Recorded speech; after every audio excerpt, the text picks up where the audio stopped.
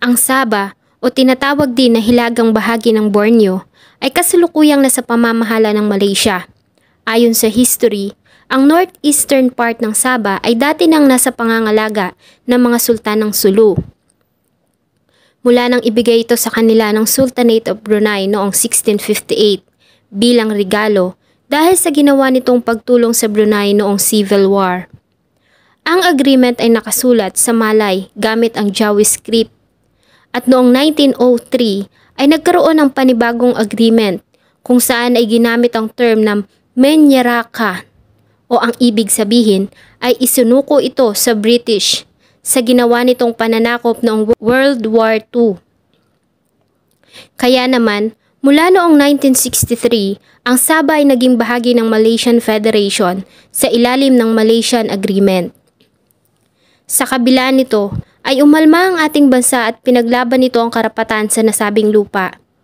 Ayon sa kanila, ang nasabing lupain ay hindi ibinenta. Therefore, ito ay nananatiling pagmamay-ari ng Sultan ng Sulu. And by extension, ang nasabing lupain ay bahagi pa rin ng nasasakupan ng ating bansa. Una nang binuksan ni former President Diosdado Macapagal ang usapin sa pagbawi ng Sabah, hanggang sa umupo si former President Ferdinand Marcos, kung saan ay bumuo ito ng plano kung papaano ba mababawi ang Sabah sa Malaysia. Sa kasamaang palad, ang nasabing operasyon din ang siyang naging dahilan ng madugong massacre na tinawag nilang Jabida Massacre. At siya lang namang naging ugat ng pagkakabuo ng MILF at BIFF sa Mindanao.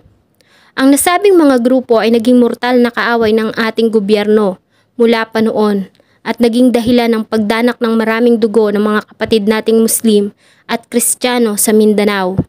Samahan niyo po akong balikan ang kwento ng Jabida Massacre at kung papaano nito pinasiklab ang tahimik noon na kapuluan ng Mindanao. Bago ko po simulan ang ating story, sa mga bago po sa channel ko, please hit the subscribe button at pakipindot na rin po ang ating notification bell para ma-notify kayo sa mga bago nating upload na videos. Taong 1967, ang noon ay president na si former President Ferdinand Marcos ay lihim na binigyan ng utos si Major Eduardo Abdul Latif Martilino, isang Muslim convert na pamunuan ng isang secret operation na tinawag nilang Operation Merdeka, na ang ibig sabihin sa Malay ay kalayaan. Kasama sa plano si Defense Undersecretary Manuel Siquio at si former President Marcos himself. At dahil nga sa isa itong special government operation, ang detalye ng Oplan Merdeka ay pinaalam lamang sa iilang mga individual. Sa nasabing operation ay magsasanay sila ng grupo ng mga kalalakihan para makabuo ng Special Commando Unit na tinawag nilang Jabida. At ang nasabing grupo ay magsasagawa ng kaguluhan sa Sabah, na siyang magiging dahilan para mapilitan ng ating gobyerno na magkaroon ng full control sa isla. O kaya naman, ang mga residente doon ay kusang loob na aayaw o hihiwalay sa Malaysian government. Nang mga panahon na yon ay maraming mga Filipino na mula sa Sulu, Tawi-Tawi at iba pang bahagi ng Mindanao ang nasa Sabah. Nagsimula silang mag-recruit ng tao mula sa Sulu at Tawi-Tawi, kung saan ay nagawa nilang makahikayat ng 200 na mga kalalakihan. Karamihan dito ay nagmula sa ethnic tribe na Tausug at Sama, na may edad 18 pataas. May mga kasanayan sa smuggling at paglalayag gamit ang kumpit. At karamihan pa ay nagtapos ng high school at kolehiyo. Sa madaling salita, ang mga recruits ay ang mga pinakamahuhusay na mga kalalakihang Tausug at Sama. Pinangakuan nila ang mga ito na magiging bahagi sila ng isang special group ng armed forces bilang paratroopers pag natapos nila ang 6 na buwang training. At para naman mapapayag ang mga elders ng Tausug, ay pinangakuan sila ni Major Martilino ng bahagi ng mga lupain, ganun din ang buwan ng sahod na 50 pesos, na ng mga panahong yon na isa ng malaking halaga. Matapos ang recruitment, ay nagtayo sila Major Martilino ng isang training camp sa Seminole Island na tinawag nilang Camp Supia mula sa pangalan ng kanyang asawa. December 30, 1967, ang 135 na mga trainees ay inutusang sumakay sa Philippine Navy vessel na RP-68 o RPS Mindoro at dinala sila nito sa bagong kampo sa Corregidor.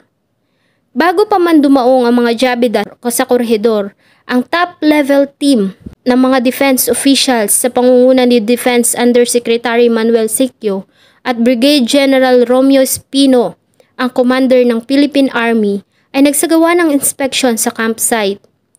At ang lumang Corregidor Hospital ay agad nilang hinarangan at diniklara bilang restricted area. Ang mga Jabida ay nagstay sa loob ng sirang hospital para sa natitirang araw ng kanilang training. Ayon kay Ernesto Sambas, isa sa mga recruit mula sa Tawi-Tawi, nang dumating sila sa isla ng Corregidor ay napansin niya na tila may diskriminasyon laban sa mga tausug ng mga trainees. Ayon sa kanya, ay nakatanggap sila ng sahod, ngunit ang mga grupo ng mga tausug ay hindi. Dahil dito, ay napansin niya ang pagkairita ng mga kabataang Muslim ng mga recruits. At tila naubos na ang mga pasensya ng mga ito dahil sa wala silang maipadalang pera sa kanilang pamilya. Ayon din sa isang nakaligtas sa massacre na si Jibin Aurula, tanging tuyo ang kanilang kinakain at ang kanila namang kape ay gawa lamang sa bahaw na kanin. Samantalang ang mga commanders ay nagpapakasarap sa luxurious hotel sa Bayview na ilang minuto lamang ang layo sa Corregidor gamit ang bangka. At noong February 1968, 2 buwan matapos ang paghihirap at kawalan ng sahod, ay nagsimula ng magreklamo ang mga trainees at napagdesisyonan nila na gumawa ng isang lihim na petition na naka-address kay former President Ferdinand Marcos. Ang nasabing petition ay nilagdaan ng 62 trainees. Ang iba ay naglagay pa ng marka ng kanilang hinlalaki. Sa nasabing petition ay hiniling nila na ibigay na ang kanilang sahod at magkaroon ng improvement sa kanilang living conditions. Subalit, imbis na si former President Ferdinand Marcos ay si Major Abdul Latif Martilino ang humarap sa mga Jabida noong February 27, 1968, kung saan sinabi niya sa mga ito na ibibigay ng gobyerno ang kanilang mga sweldo at kung hindi ay pwede na silang mag-resign at umuwi sa kanilang mga tahanan. After this, ang mga trainees ay hinaina ng madaming pagkain, kambing, baka, Nescafe coffee na may gatas at gabi-gabi ay mayroong kasiyahan at sayawan sa kampo. Ngunit sa kabila nito, ang mga trainees na pumirma sa petisyon ay dinisarmahan at kinonsider sila na hindi na bahagi ng Special Force, effective on March 1, 1968. Ang nasabing 62 petitioners ay dinala sa Camp Kapinpin sa Rizal at sinabihan na hintayin ang kanilang transportation pabalik ng Sulu. Kaya naman sa 135 na trainees na nanggaling sa Simonol, given na 62 sa mga ito ang pumirma sa petition, ay may natitira pang 58 na nanatili sa kampo. Ngunit dahil sa nawala na ang mga kasamahan, ay nagdesisyon na rin sila na mag-resign. March 3, 1968, ang 4 na mga Muslim na namuno sa ginawang petisyon ay sinabihan ni Martilino na pwede na silang umuwi ahead sa iba nilang mga kasama. Ang 4 ay dinala sa Manila, ngunit mula noon ay hindi na sila nakita at hindi na din sila nakabalik ng Corregidor. March 16, 1968, isa pang batch ang kinuha sa Corregidor. Ang 24 na mga recruits ay inatasang sumakay sa Philippine Navy boat na siya umanong magdadala sa kanila pabalik ng Sulu. Sumakay sila sa RP-68 ng madaling araw ng March 16, parehong barko na nagdala sa kanila sa Corregidor mula sa Simonul noong 1967.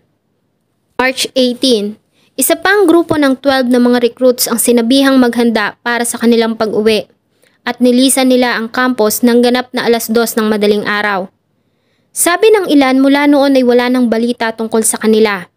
At ganap na 4:00 ng umaga ng pareho pa ding araw, ay isa pang batch ng 12 persons ang umalis sa kampo. Kasama dito ang nag-iisang survivor na si Jibin Arola. Sa kanyang sinumpaang salaysay, nang dumating sila sa airport, ay inutusan sila ni Eduardo Nepomuceno na bumaba ng truck at luminya. Nang mga panahon na yon ay nakasuot na lamang sila ng civilian na damit at wala ng mga armas. The moment na ibaba nila ang kanilang mga bag ay nakarinig siya ng sunod-sunod na putok ng baril at nakita niya na ang mga kasama na isa-isang bumagsak. Dahil sa takot ay agad siyang tumakbo ngunit tinamaan pa din siya ng bala sa kanyang kaliwang hita. Sa kabila nun ay nagawa niya pa ring makatakbo sa masukal na bahagi ng kabundukan at makarating sa dagat. At sa takot na mahanap ng mga humahabol ay lumangoy siya patungo sa malawak na karagatan. Bandang 8:00 ng umaga ay nasagip siya ng mga mangingisda sa Caballo Island malapit sa Cavite. Matapos ang ginawang pagpatay ay may mga helicopter na agad na nagtungo sa korhedor.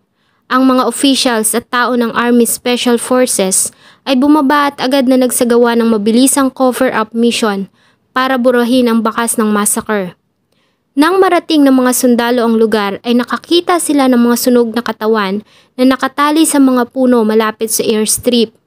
Ayon sa kanila, sa utos ni Army Chief General Romeo Espino ay nilinis nila ang lugar mula hapon hanggang sa paglubog ng araw. Isa-isa nilang kinolekta ang mga bangkay at inilagay sa mga dark-colored na mga ponchos.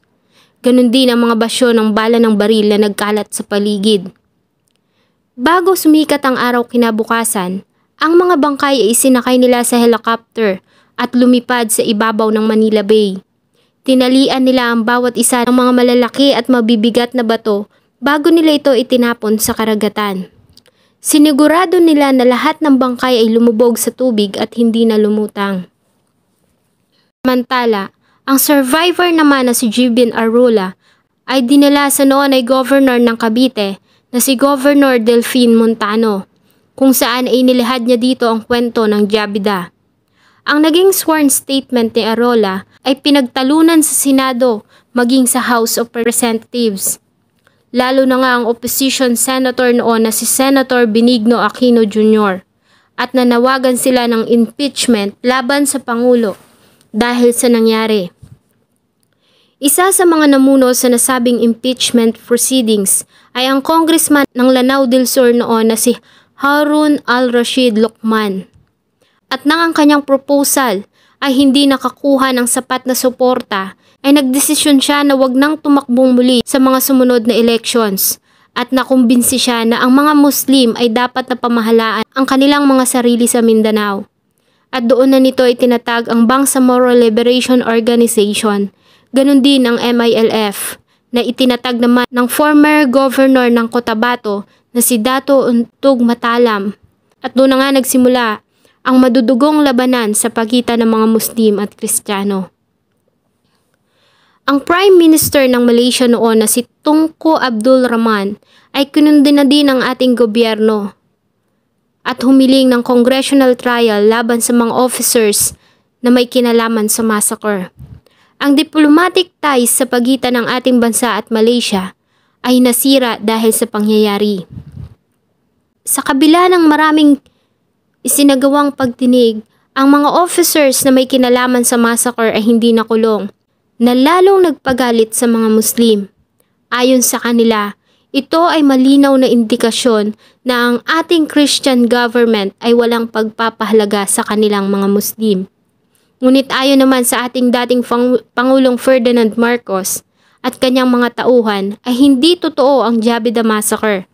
Ayon sa kanila, ginamit lang ito ng opposition para siraan ang rehimeng Marcos.